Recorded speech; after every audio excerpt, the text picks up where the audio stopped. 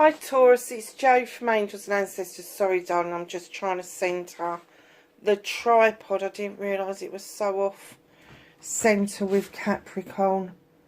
I do want you to see the best part of what we're doing. So this, my darlings, is your Valentine's reading. This is an annual reading. It will be for a year. I've kind of adapted it from last year because when I went back to look at the videos, I really didn't bloody like the layouts I've done. So what I've devised is a heart shape for you, and what we're going to go through is your resistance, what it is that stops you from meeting the right person, or kind of like hedging your bets, if you like. And then we've got two clarifiers for that will help you move forward from that. And then we go to the top part of the love heart, which will indicate what's in your heart, what's coming, what you're pulling towards you, what you're asking for, what you're doing towards it, and then the clarifiers. We've got your energy card and your blessing card, and then we will pull some cards at the end to see who's coming in towards you. So this is basically about your heart, and we will end it to see if there is anyone coming in that we can discuss. So, my darlings, the first card, your resistance, what it is that kind of like stops you from getting into and staying in a relationship. You've got the Wheel of the Year. Now, I'm getting straight away that you have this tendency to want stability, this groundedness of an earth sign, but you are literally like a ball in a china shop when it comes to relationships. You kind of spin that wheel out of control. Luck is on your side on relationships, Taurus. People of the opposite sex, the same sex, whatever situation you're in, really do like you and do tend to come towards you because they're attracted to you. But it's almost like you go charging in, so that's spinning the wheel out of control, and then you look behind you and what you've got is a bloody disaster. Literally a ball in a china shop. So darlings, what I'm going to say to you is kind of put the anchors on that. Just allow yourself to tread this Wheel of the Year nicely and naturally. Let luck come in towards you on a natural level. Don't spin things out of control. I'm guessing a lot of people do that, especially in the climate that we're in. But just know that things are going to be okay if you take it more easy, if you don't spin through the seasons, through the Sabbats, if you don't, you know, that's out of control. And what you want is a controlled, grounded, earthy kind of approach to this. So on your right side you have the Seven of Wands. There is choices, options and blessings around you, but you still choose out of all of those one that is slightly out of reach, and you put yourself at risk by tippy-toeing on a stool above a fire. And this would indicate to me that you're looking for something that probably doesn't exist. You are reaching up for something that is way, way, way out of your reach normally. And that would mean that you are putting obstacles in your way around your passions and desires. Now, any sensible person wouldn't have got on that bloody stool. They would have got the bottom wand and knocked that top wand off, because they're all yours if you want them. They're all yours if you want them. But you just need, I'm going to say this brutally, I'm sorry. You need a dose of being realistic. You know, you may have a list of what you want your partner to look like and what your partner's going to do and what your partner's going to bring to the relationship. But I'm telling you right now, love has no rhyme or reason. And you may want somebody with a steady job, with a nice house and all this list, good with money, good with this, good with that. And then you may just fall in love with somebody who's got none of those things. And that then leaves you in the situation where you're like, well, that's not what I asked for.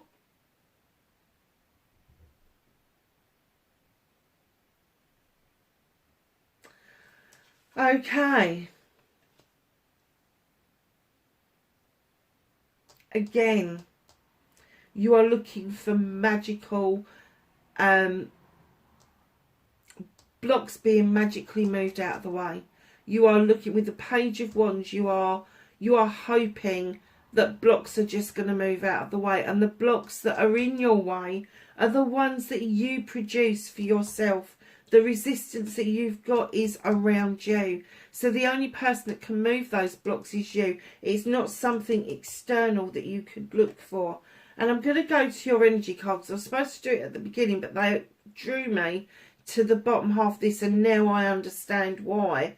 Because you are surging ahead with what it is that you want, you're kind of missing the point. And one of the major blocks that you have got is that you don't understand the process of passion and desire. You don't understand, because these are both fire signs. I'm not going to say that you're not good with people, but I am going to say drop the projects and the plans because it doesn't suit you. Being earth and grounded, you like to look out over your kingdom as an earth sign and know that you are doing it not just for yourself, but the investments that you make are going to pay dividends. Now that will come from projects, plans and people. You will make those investments because you want the payback from it. But at the moment you are doing it from such a passionate stance that you are putting yourself at risk of getting burnt. And then you are asking, well, how comes this block is in the way? And the block is yours. It's naturally yours. And this is your energy, new birth.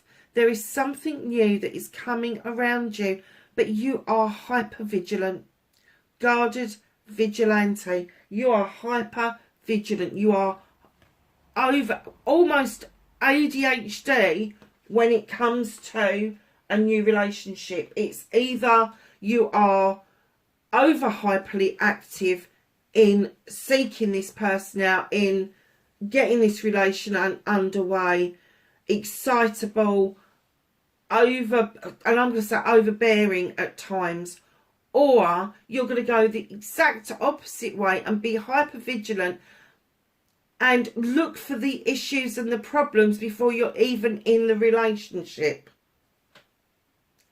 Go figure, Taurus. So at the top of your heart itself, your heart's desire, oh fucking hell, really? You are looking for somebody who will match you. I'm getting for a lot of you that you are advocates, you are advisors. The Horned God tells me that you are grounded in some things, and when you've got something that you can invest in, maybe something environmental, something around animals, that you are, that's where your passion and desire comes out. That's where your groundedness comes out. That's where your investments come out, because you give things a voice that haven't got a voice. However, when it comes to the more personal, deeper side of you, you are slapping your hands on that table going, this is my heart, what are you going to do about it? These are my projects, these are my plans, this is my personal space. I dare you to come into it. It's almost like you're telling people that they have got to get past your crusty exterior before they've got a chance of coming in towards you. Let me tell you something. If your crusty exterior is from previous relationships where you've been hurt and you think that somebody else has got to bash down those walls, you are on the wrong lines. You are completely out of whack. And you need to work on that, because somebody else new that's coming in towards you should not have to pay and knock down walls that other people have built. They should not have to be another victim of that relationship that put you in that prickly kind of attitude. So go back to what you feel that you are happy doing. That's the energy you need to be standing in, instead of this prickly energy in your heart.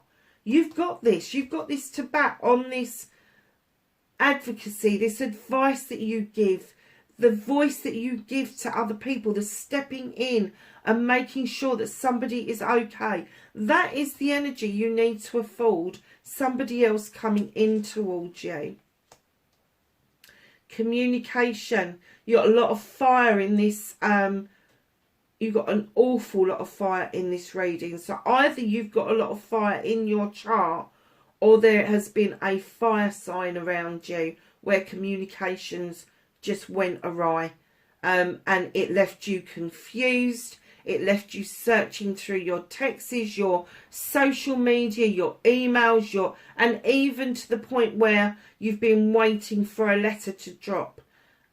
Communication just wasn't clear enough in that relationship, and it left you with the 8 of chalices, options, a quest, questions not being answered, confusion of not knowing where to go. You know that your chalices are in the upright. You know that the people who are nearest, dearest, who love you have got your back over what you are seeking, but you are confused about which way to go now. And if you are confused, it means you've got too many options to look at. So just step back, take a breath, go within, wheedle out the options that really don't serve you, and allow the main option where you can start that journey. It's just one step. Start the journey of the quest that you really want in your life. So your blessing for this year is a blessing to heal a relationship. Is there somebody that you were connected to previously that you would like to get back with, Taurus? Who knows? Can I have a card or cards indicating who or what is coming towards Taurus for their heart space? Oh, nice. In the next year. You have got fire sign, Aries, Leo, Sag, particularly a Leo. And again, in this one, this is my Leo card. This is the Strength card in other decks. This is my Leo card. This is my Lion. This, both major arcanas. So I'm kind of guessing that the fire sign that you may have had around you, or somebody who showed a lot of passion and desire, may be coming back round, and they may be offering you the world, and that's where your blessing to heal a relationship is coming in. And this could well be you standing strong, saying, hold on, if this is going to happen the way we want it to happen, we need to stop spinning this luck wheel. We need to start thinking laterally about what it is that we want, an open communication, and get these questions answered. That's why you are hyper vigilant. That is why there is a new birth. So it could be that that's one part of the story. The second part of the story is that there is another fire sign in the shape of Leo coming in towards you, or Leo traits coming in towards you. But I am not going to completely dispel the other fire signs. So that is Aries, Leo or Sagittarius. Just know that whatever this is, they could have a lot of other fire signs within their birth chart.